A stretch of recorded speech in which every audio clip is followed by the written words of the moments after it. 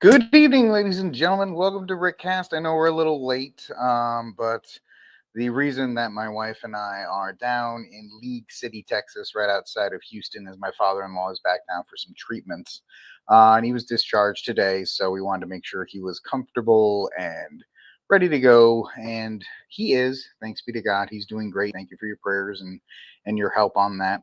But we are here, and we do have things to talk about tonight even though it doesn't feel like there's a lot to talk about.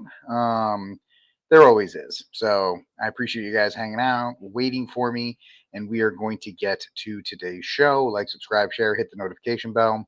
Even though I don't know if those things work or not, do them anyway. Do it anyway, just to make me feel good. If you're here on YouTube or on Rumble, big thing is the like button. Make sure you karate chop, smash it, power bomb it. I don't care.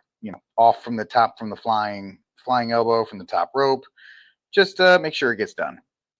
So we have some things to talk about tonight, and we're gonna get right to them. First thing is I do always have a warm up story because why not? There's always something to talk about that's kind of weird, and this one is very interesting, and we're gonna get right to it. From okay. Yes, I'm still mining. What's going on, Brian? From Port Arkansas, Port Arkansas. Nice, nice. I know Delton Firearms went under. If you're actually listening to the buzz in the industry right now, because a lot of the parts they're sourced from China, right? Even your optics and stuff like that, a lot of the stuff comes from China. So we're gonna see.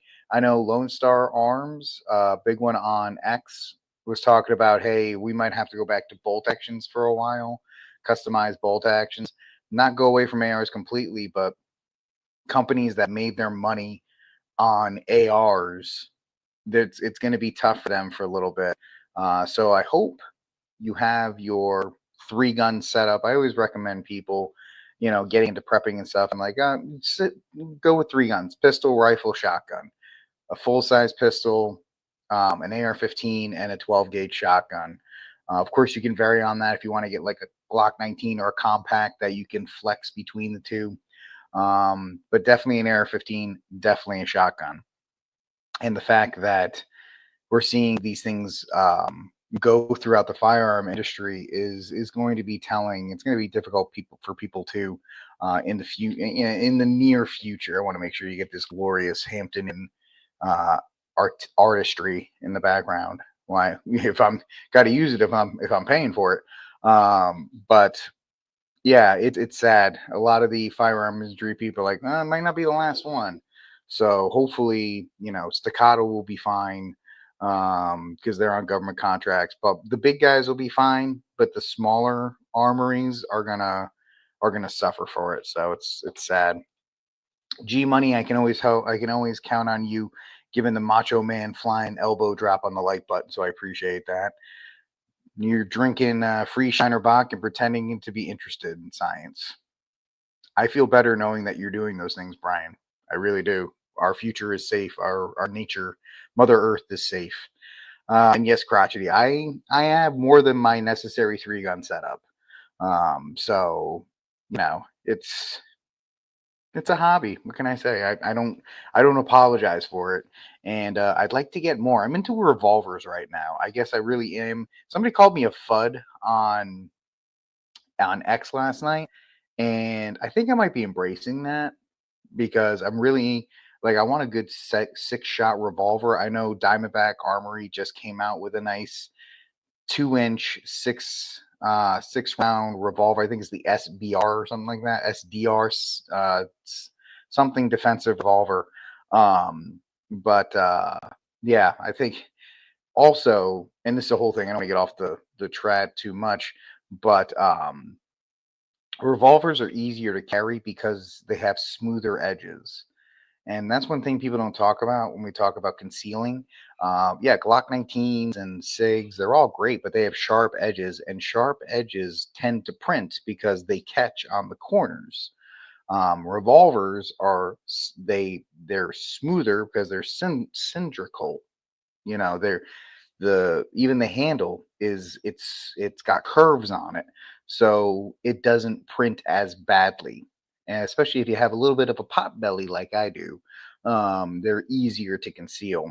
And for most of my daily interactions, a 6-shot revolver should be sufficient enough. Now, if I could carry more ammo, I would, but it is what it is. G Money, I'm sorry, bud. We're really trying to make beer prices great again.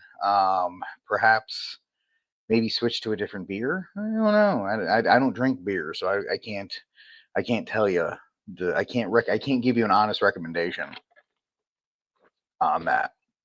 Although I do have a delicious shrimp fried rice waiting for me from the ramen noodle place, or the noodle place down the street.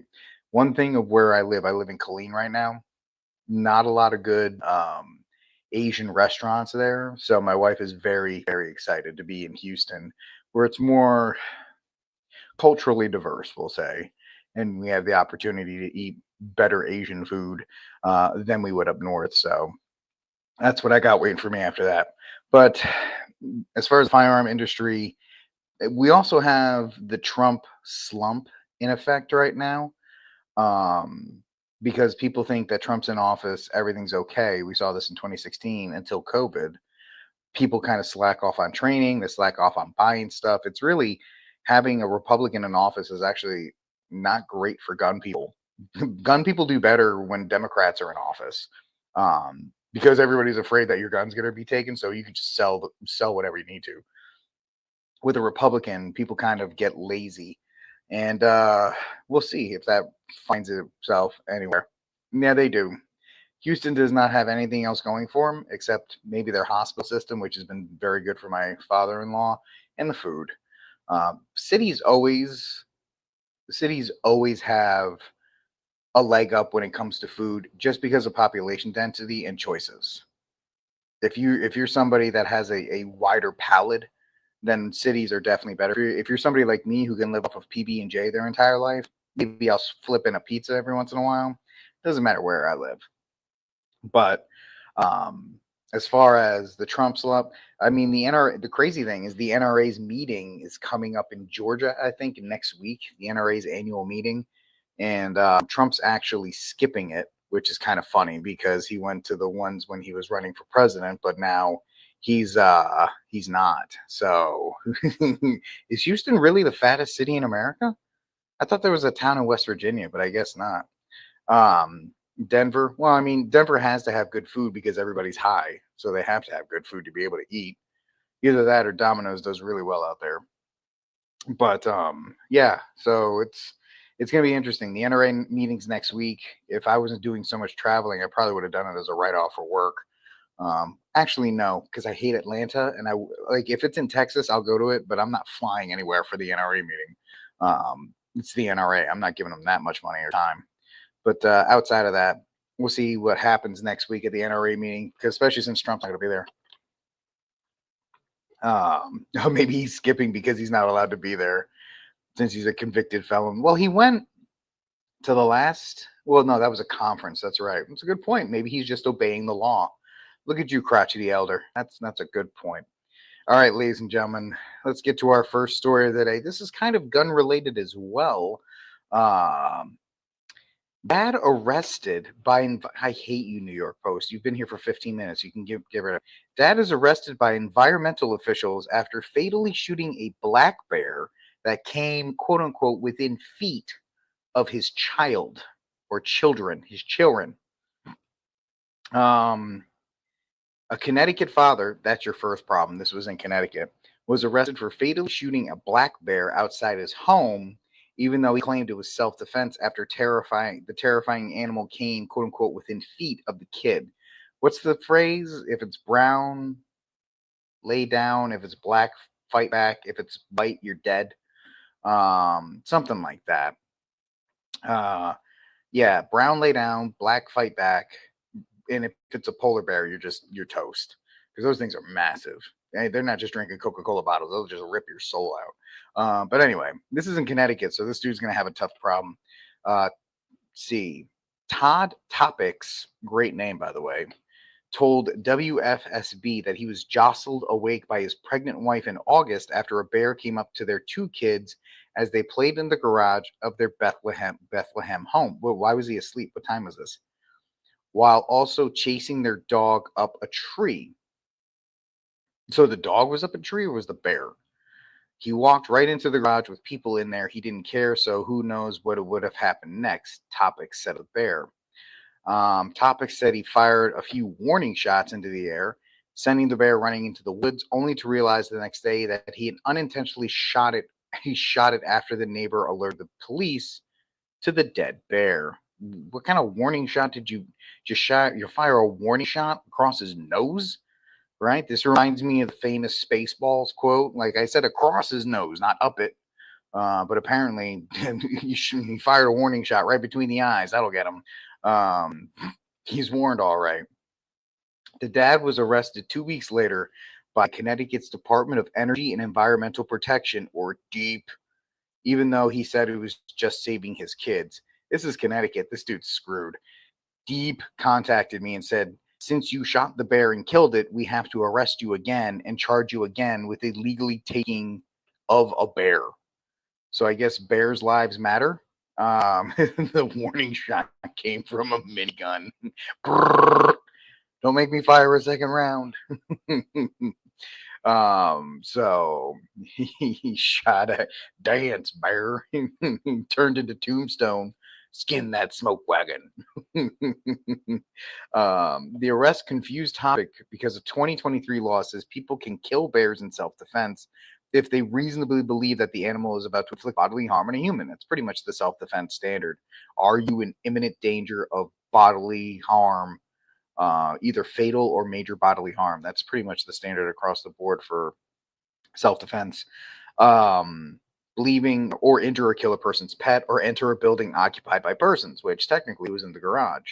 Quote, we were all threatened. It entered our home. I have no idea why DEEP ended up charging me for this, because Connecticut hates guns, and that's really just the problem. It's a Connecticut thing. Connecticut hates guns, and they're going to make you suffer because of it. Because obviously it's a black bear, so this is going to be a racially charged crime as well. You think I'm kidding? So this is the bear inside the home. Of course, this guy drives a Jeep.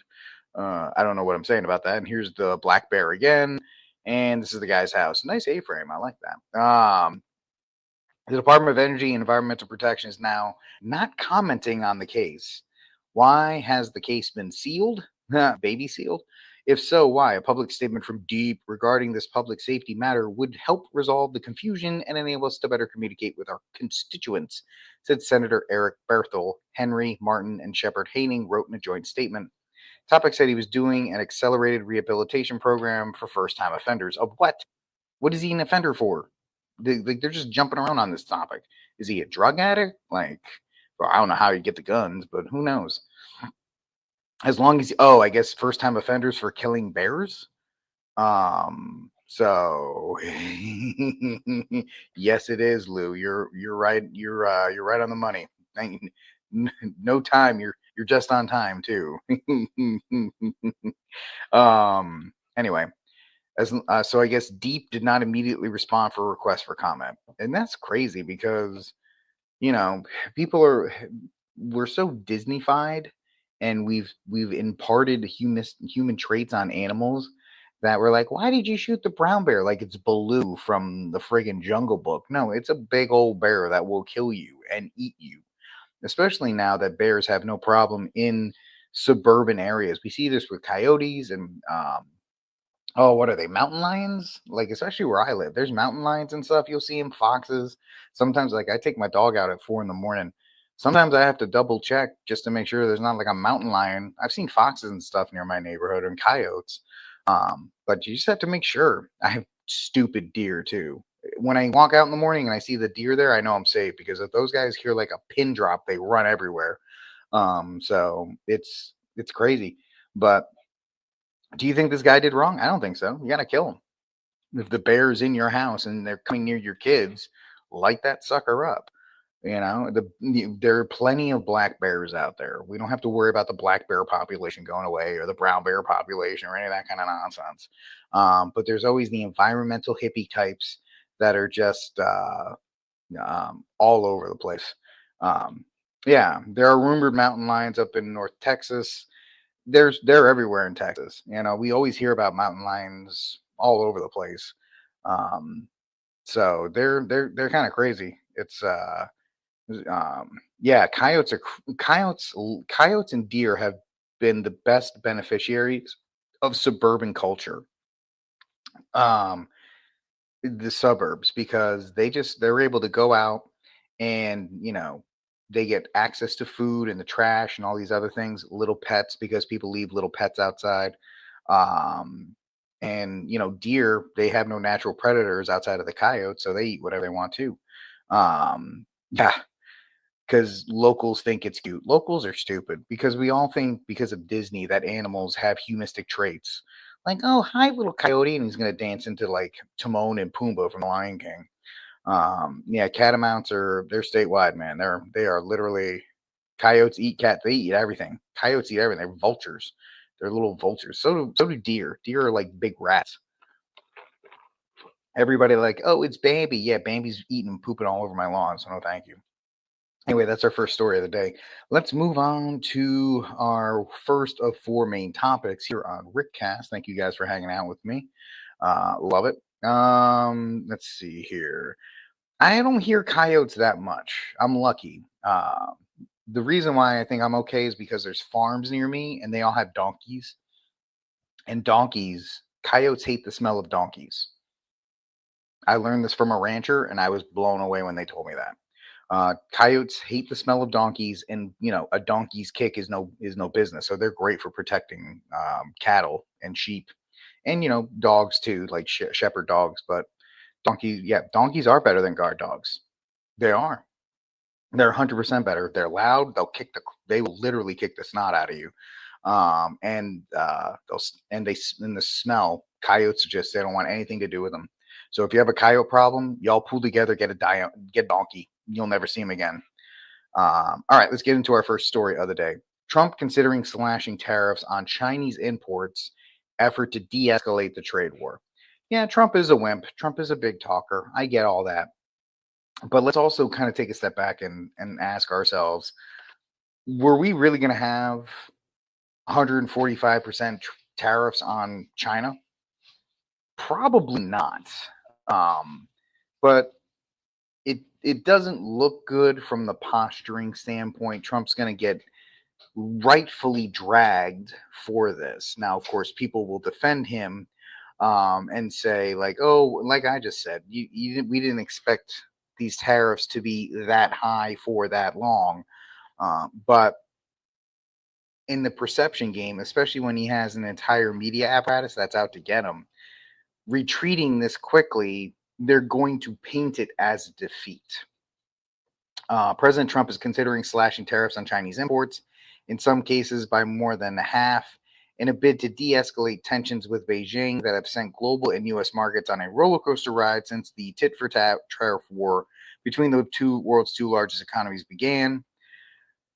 How much time do you have to sift through? Blah, blah, blah, blah, blah. If Trump does decide to pull the trigger on what would be some relief to some, most of whom I suspect have a bit of knowledge about the long-term effects of an extended tit-for-tat tariff war, while others, many whom likely believe the incorrect claim that China pays those tariffs, in reality to U.S. importers and all play downline users, blah, blah, blah, will perhaps scoff at the report and dismiss it out of hand.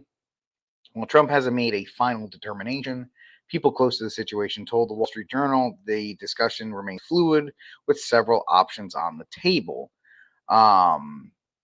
As this writer has frequently noted throughout the tariff escalations between the White House and Beijing, this whole thing isn't about money to China. It's just as much about the Chi-Com's fear of worldwide repercussions if the communist giant is seen as kowtowing to the United States, a yoke it's worked for decades to cast off. So whole thing has really never been. My Apple stock, actually, I checked it today, it was fine. It was actually up. So, I mean, the Apple stock that I bought was not about short-term game. It was about long-term game. Hopefully I bought it at 170. If it can get back up to 250, then I'm going to be great with that stuff. I'll sell it at 250 and have no problem. But you know, the this whole thing was kind of just about sending a message to the Chinese, who have been just beating us over the head with their cheap crap and the tariffs and the the surplus that they have against us because we just kind of sat back and took it. So my whole thing is Trump looks like he's in a it's a really weird situation because he announced the tariffs. Everybody knows because all the other tariffs have already essentially been dropped. Um, and the whole thing was to get after it and get after the Chinese because we all know, and we talked about this yesterday with the student loan thing, the economy is going to dip. Now, Trump is trying to do some things to get ahead of this, but COVID and the Biden policies and really quantitative easing and all the things for the last 15 years, the printing of money, it's going to come to a head. So you can look at a lot of these things that Trump is doing in a positive light or a negative light. I don't care. I'm not attached to Trump. He's not my Lord and Savior. My Lord and Savior rose on Sunday. You can say Trump's trying to do this to get ahead of the potential recession, or you could say he's causing it. And if you ask me, uh, either one would be a decent option. It wouldn't bother me either way if you did that. But I'm not shocked. You know, oil is fine. I just filled up I have a diesel Land Rover. I just filled it up for $2.99 a gallon. So I mean, that's most people are kind of happy because gas is low, and if gas is low, then people are going to be pretty happy with everything else. This tariff stuff, I don't want to say it's 4D chess. I don't even want to say it's any chess. I just think it's a message. This was essentially the message that Trump was trying to do to China before COVID. He was trying to put China back in its place as far as abusive with the stuff it was sending in and all these other things. And don't forget the Chinese, they put out fentanyl and they do all these other kinds of things that we kind of let them get away with because Jeff Bezos and all these other guys get cheap crap from them. And of course, like we talked about before these stories, a lot of the firearm industry, even the brass and all these other things, for our optics, the glass, they all come from China, and it's really hard to ramp that up US side. So there's a lot of stuff that sound good at the beginning. Yeah, we're going to get the Chinese, but then it's like, well, how are we going to negotiate a lot of this stuff? So he's considering it, and we'll see where it goes from there. This is RickCast. Please like, subscribe, share, hit the notification button if you like what we're doing. And the economy is going to be the biggest problem Trump faces right now. And it's the thing that he has to get a handle on before the midterms, or he's going to get smoked. That's Trump's also got to negotiate that. He doesn't want the price of oil to go too low because that's going to be an issue as well. So we're going to have to see how that goes. And yes, the interest rates are up and down, and it's not great, but we are going to see for the rest of this year some turmoil in the interest rate market. We're going to have to see how the student loan repayment, because I didn't realize it's like 5 million people just haven't paid their student loans since COVID. They just stopped. I get it because COVID, there was the pause period, and then Joe Biden came in. He's like, I'm gonna get rid of your loans, so people just stop paying them.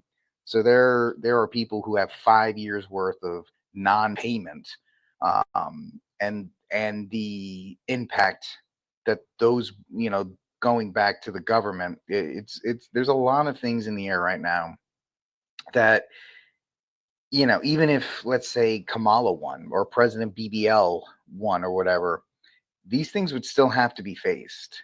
Whether it was the supposed canceling of student loan debt or whatever the case may be. This joyride was going to stop at some point. All right, speaking of joyrides, let's get to our second story of the day. We're not going to get too explicit about this, but this is a trending story. because it really does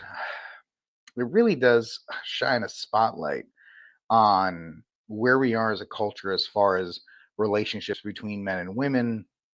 And this guy Shannon Sharpe, who has built a pretty reputable empire with his Club Shay Shay news YouTube channel and his appearances on ESPN.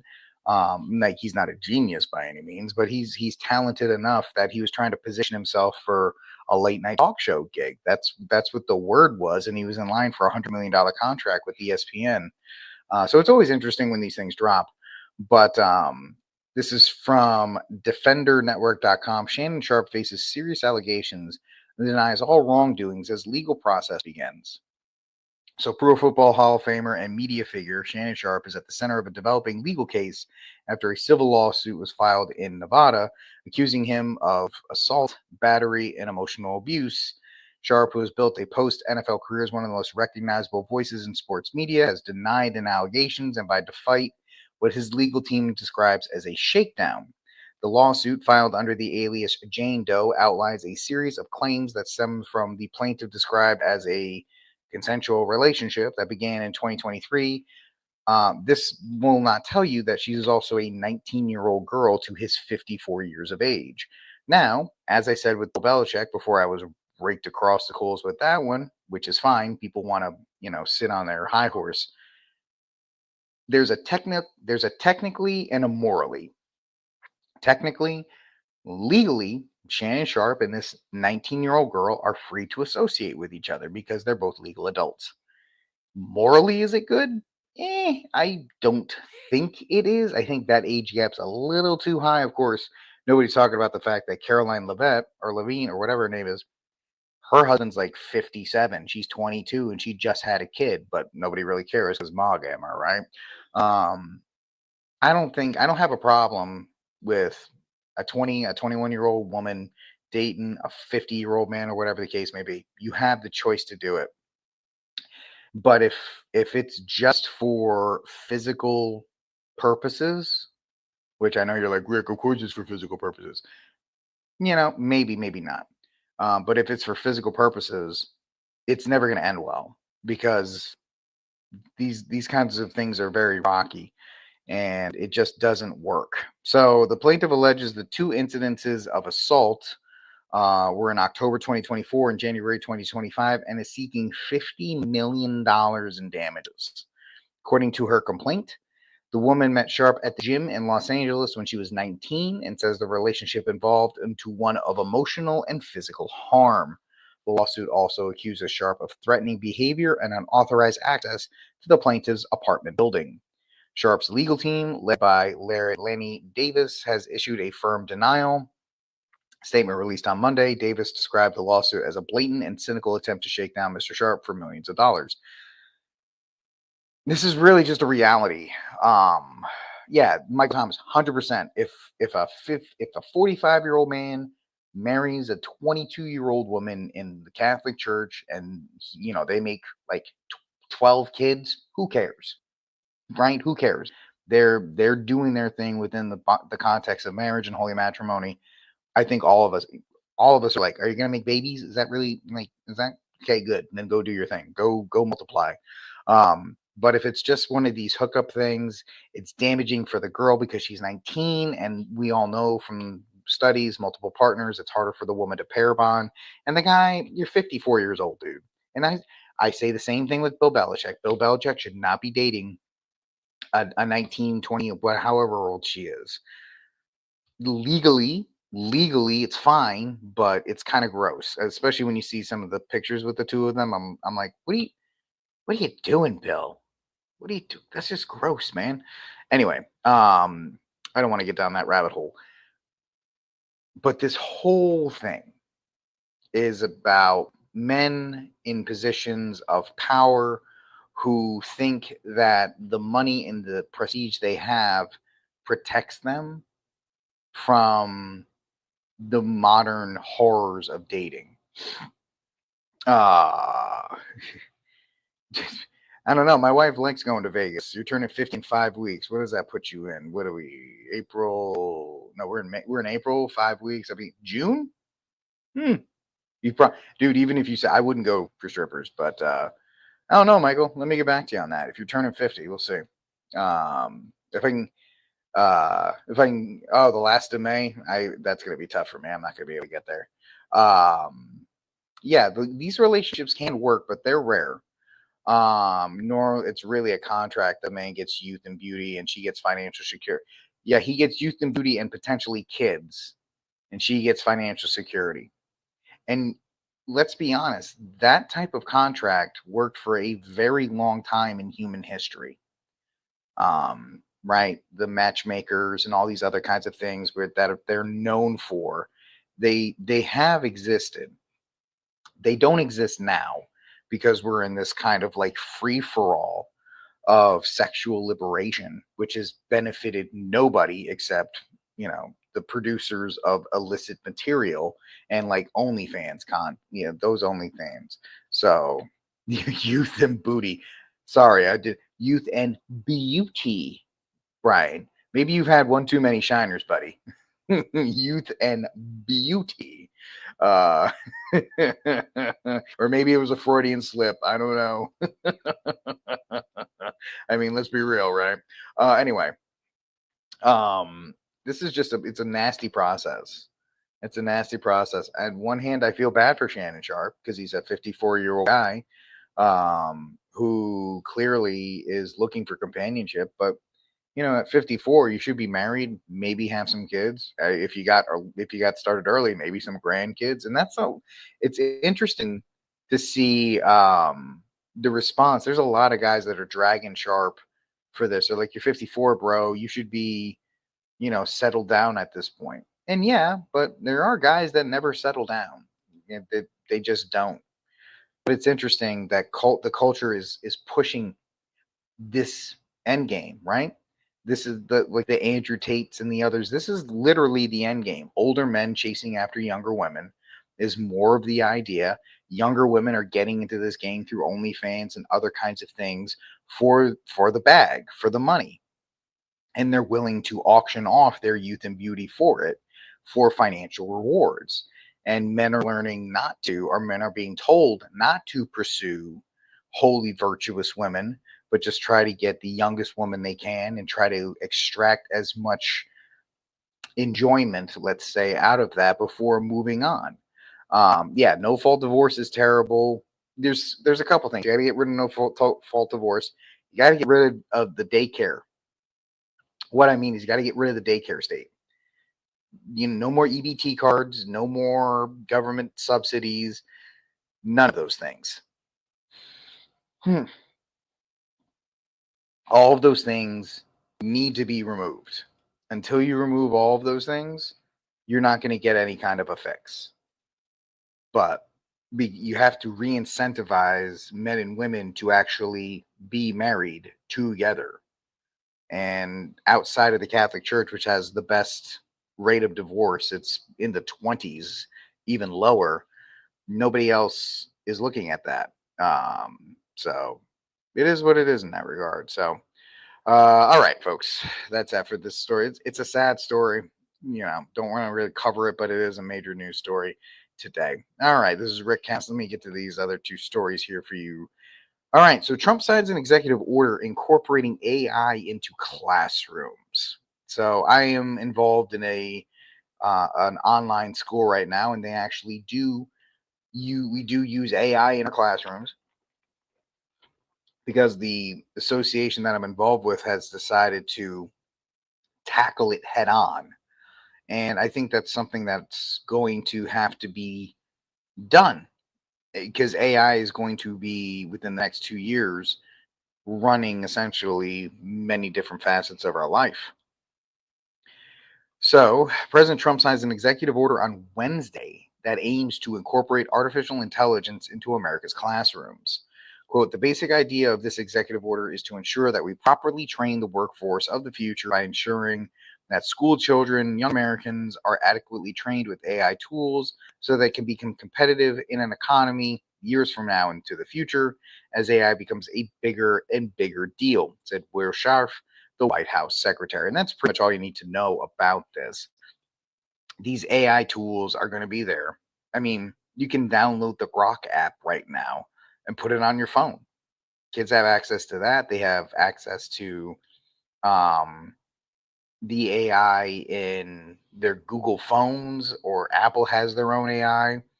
Um, and so, is it a good thing to incorporate the training into it? Sure.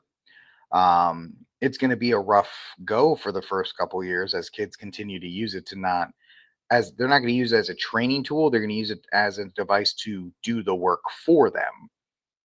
And that's going to be the biggest issue with AI. That, and the fact that companies are racing to make AI perverted as much as is possible. Like anything else, the first time we get technology, we pervert it as quickly as possible. But sure, put into classrooms. I mean, this is the same effect. If you look at classrooms right now, they're essentially running on AI, because what the kids do is they'll come in, they'll turn on their little Google Chrome laptops, and they'll just work through the assignments on the Google Chrome laptops and then just submit them. So they're essentially running on some form of AI already. But if you want to at least attack the problem head on, I'm fine with it. And there's really not much else to say about that. Um, it's at least being addressed, because, as Crotchety Elder says, AI is in everything. It's going to be even more. How long until AI is going to be in your friggin' car? I'm sure it already is. And the problem is everybody just I mean, it is in your car if you drive a Tesla, self-driving cars, or the Waymos, or whatever that king's. And it's one step closer to the brain chip. It's one step closer to a lot of these things. So the technology is speeding up, and the question is, we at least have to know how to interact with it, because right now we really don't have any kind of training on it. We're like, use it, and ask it questions and let it go. So it is what it is for the your burden with an AI platform for a major corporation. Our future is one of savage serfdom. It really is. It really is. It is a future of that, to being subjected to it. And it's a combination of the Matrix and Terminator all rolled into one. So, you know, if you had visions of running from robots and being able to shoot them with machine guns, it's probably going to happen. Maybe not in our lifetime, but it's definitely going to happen. All right, folks, this is RickCast. Let's get to our final story of the day. Right? Yeah, The Matrix, Terminator, all of these films that were talking about AI, there absolutely were prophetic. Not the second and third one, but it is what it is. Hey, is there anything Chat GPT can do? Thank you, Chat GPT. All right, ladies and gentlemen. Yeah, Elon's robot dogs are kind of scary. Boston Dynamic robot dogs are pretty scary as well. Um, they're pretty quick, and they don't get tired. All right, let's get to the last story of the day. It is a trailer reaction. We're going to react to the film Predator Badlands, which is apparently coming out sometime soon. This is from the same director that directed the movie Prey a couple of years ago. When a predator came to Earth back in the frontier times, and a 90-pound girl was able to trick it into killing itself. By the way, spoilers for Prey. This guy's now directing this one. I'm going to say 3 or 4 times: fair use, fair use, fair use, fair use. And let's see here. I'm sorry, I got too big. Let's go exit full screen. All right, let's get to it.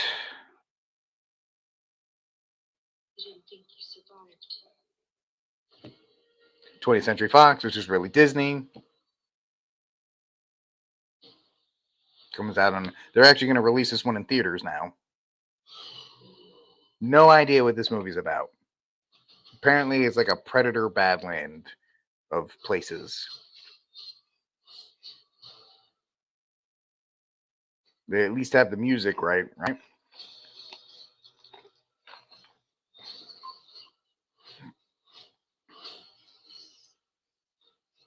Like, I have nothing to say about this because this is just images. I have no idea what this is about.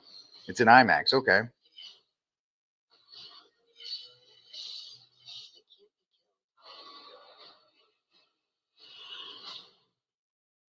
What is that? That is the biggest reaction to this trailer is this. That's kind of ugly. I mean, they're supposed to be ugly, but the original Predator design to this, like they're getting lazy. This is awful. And it's kind of racial if I'm gonna say it. Uh I don't know. Does this look like Big Mike to you? It kind of looks like Big Mike to me. I don't know if that's a compliment or not, but this is not a good looking Predator. And oh, that's his wife. Yeah, this movie's getting roasted because people are going, "What in the good loving the Predator from Wakanda? Like, what do we? What is this? This you know, the problem with these films is they make money, and so the studio demands that you make another one. And the idea is, well, I really don't know what to make with this new movie, so we'll just do this stuff. And this is what you get. You get this. Look at the dome on this guy. You could put a movie theater on this guy's forehead. This is crazy. I don't even know if it's a dude or not, but I'm just going to assume. Look at the dome on that. And they do side by sides with from the one from the 80s, which was actually like real. That one had such detail and all this stuff. And this is just like, let's slap this mask on and go to work. And this movie's not getting the reception that people had hoped. But you, good golly, Miss Molly.